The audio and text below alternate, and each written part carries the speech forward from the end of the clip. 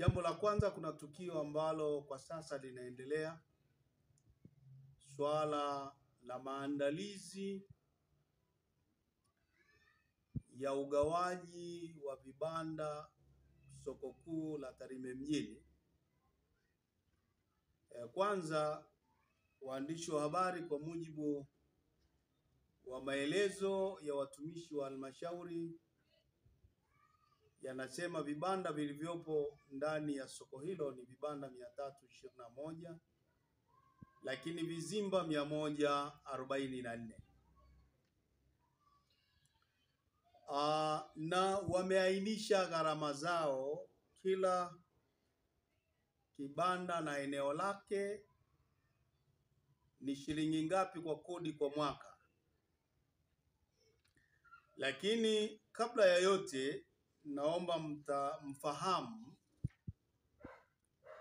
kwa nini nataka kutaja ibara hii ya katiba. Ibara ya 8, ibara ndogo ya kwanza, inasema Jamhuri ya Muungano wa Tanzania ni nchi inayofuata misingi ya demokrasia na haki ya kijamii, na kwa hiyo, moja, wananchi ndio msingi wa mamlaka yote, na serikali itapata madaraka na mamlaka yake yote kutoka kwa wananchi kwa mujibu wa katiba. Lakini B, lengo kuu la serikali litakuwa ni ustawi wa wananchi. Serikali itawajibika kwa wananchi. Wananchi watashiriki katika shughuli za serikali yao kwa mujibu wa masharti ya katiba hii. Niishie hapo ibara ya 8, ibara ndogo ya kwanza, kuanzia A mpaka D. Nini nataka kuzungumza?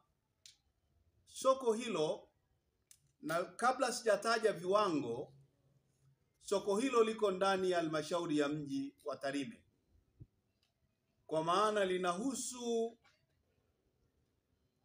madiwani na washirika wengine ambao wanahusika.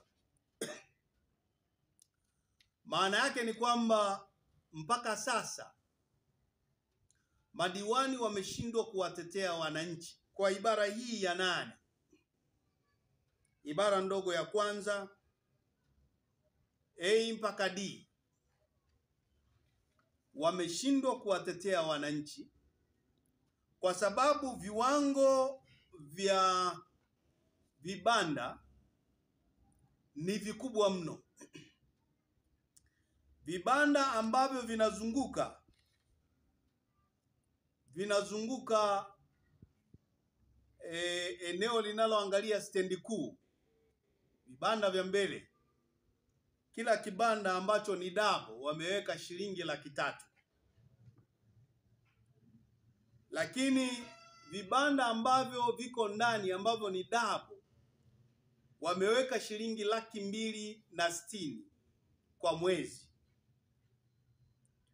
Lakini vibanda vya nje ambavyo ni single, ambavyo viko juu, ni shilingi 130,000.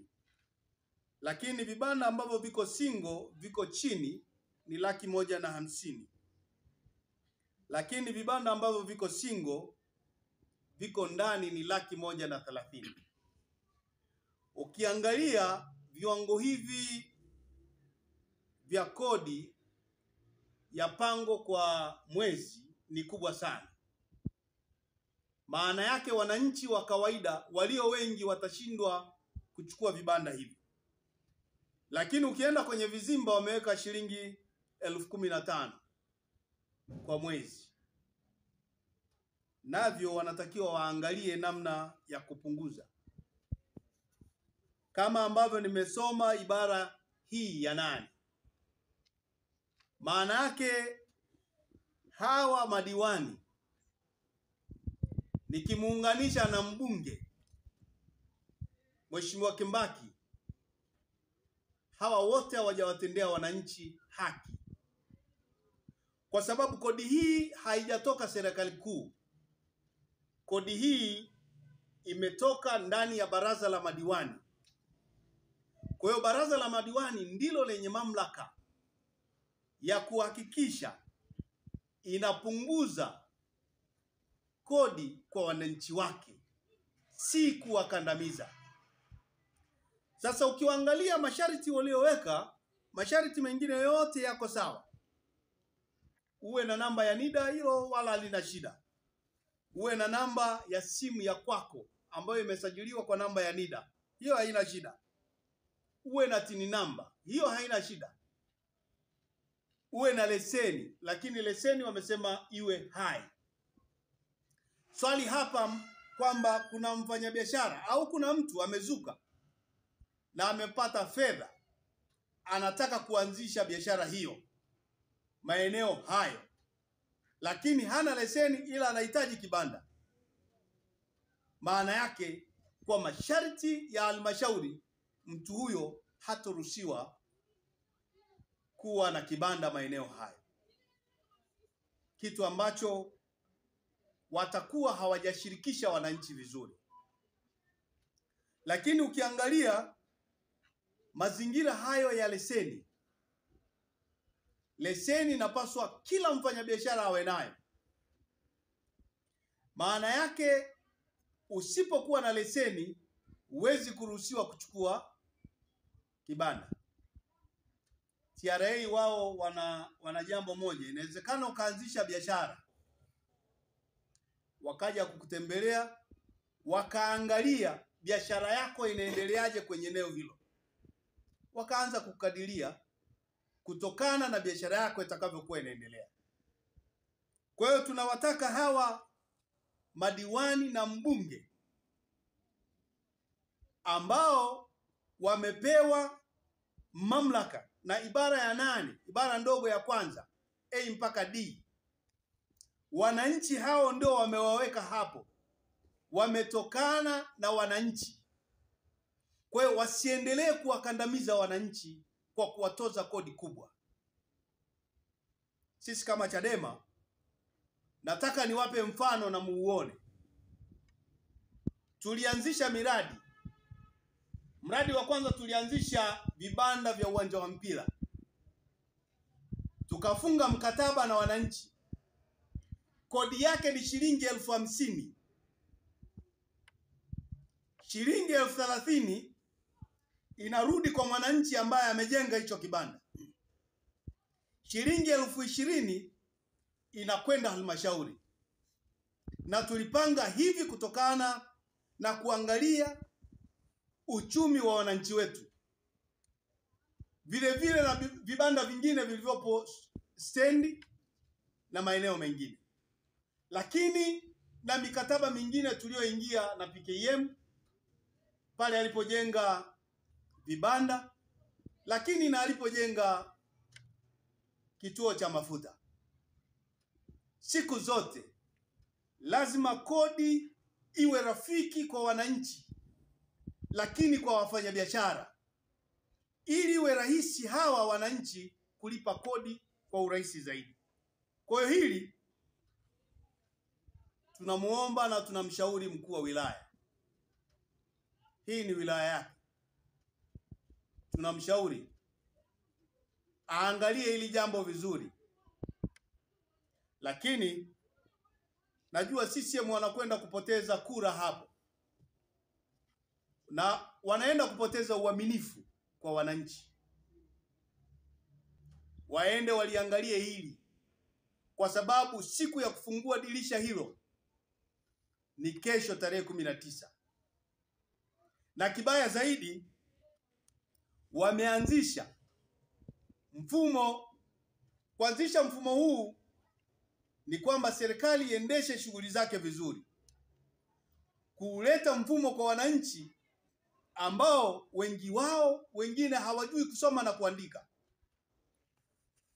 Unawaambia waingie kwenye mfumo wa Tausi kupitia simu hii,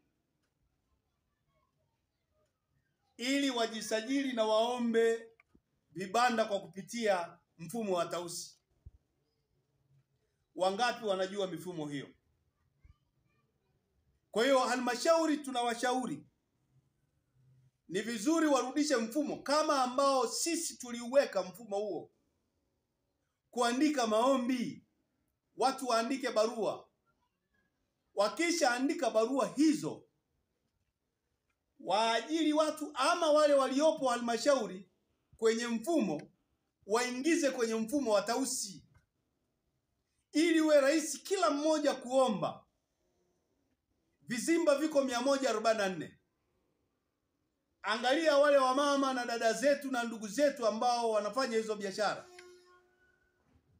kaka zetu na baba zetu na ndugu zetu wanaofanya hizo biashara. Hebu angalia wangapi wana smartphone ambao wataingia kwenye mfumo wa Tausi ili kuomba hivyo vizimba. Inawezekana kukawa na mpango ambao sio mzuri, lakini hata wafanyabiashara wengine wa kawaida, kwa sababu kutumia hii smartphone ni kitu ambacho si chepesi. Kwa hiyo tunawaomba halmashauri wakae watafakari vizuri. Baada ya hapo itaruhusu mtu kulipia shilingi 20,000 kwa ajili ya maombi haya. Kwa hiyo tunaomba viongozi hao wafanye hivyo. Kuwa ni mdogo sana, kwa maana kuna watu wawili wameuawa kata ya Turwa, lakini kata mbalimbali kuna watu wanaendelea kupigwa na vibaka, na mtindo huu umeenea. Lakini tuna askari, tuna viongozi mbalimbali ambao wanahusika kwenye masuala ya ulinzi na usalama, kulinda raia na mali zao. Jambo hili linaendelea kutoa wasiwasi kwenye mji wetu wa Tarime. Watu wanaibiwa, watu wanapigwa, watu wananyanyasika. Sasa mauaji yametokea. Wamama wawili kata ya Turwa wameuawa. Tutafakari.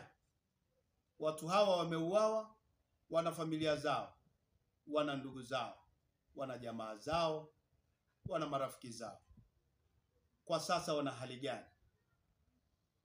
Tunaliomba jeshi la polisi si tu kuzunguka mitaani peke yake, waangalie haya, washirikishe viongozi waliopo maeneo hayo ndani ya mji wetu huu wa Tarime.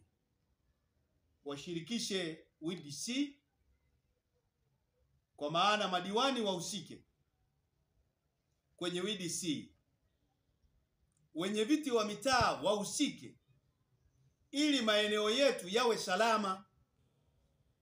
Na hili waandishi wa habari tuwape mfano. Mimi nilikuwa mwenyekiti wa mtaa, nilikuwa diwani. Tulishirikiana na jeshi la polisi kuhakikisha usalama unakuwepo kwenye maeneo yetu, na ikawezekana kwenye mitaa yote. Kwa nini sasa hali si shwari?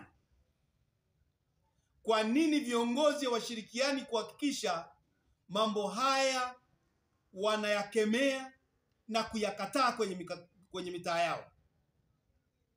Tunawashauri wenye viti wa mitaa wasiwe waoga. Itisheni mikutano mikuu ya mitaa. Zungumzeni na wananchi, washirikisheni wananchi kwenye mambo ya usalama na mambo mengine yanayohusu maeneo yao, kuhakikisha mambo haya yanapingwa na kila mmoja anayakataa. Lakini kila kata kuna polisi kata, na polisi kata kazi yake ni kuangalia usalama wa raia na mali zao kwenye eneo husika. Sasa hili ni muombe tena mkuu wa wilaya, mwenyekiti wa kamati ya ulinzi na usalama, ni kuombe mkuu wa wilaya litazame hili kwenye wilaya yako. Mji wetu wa Tarime si shwari.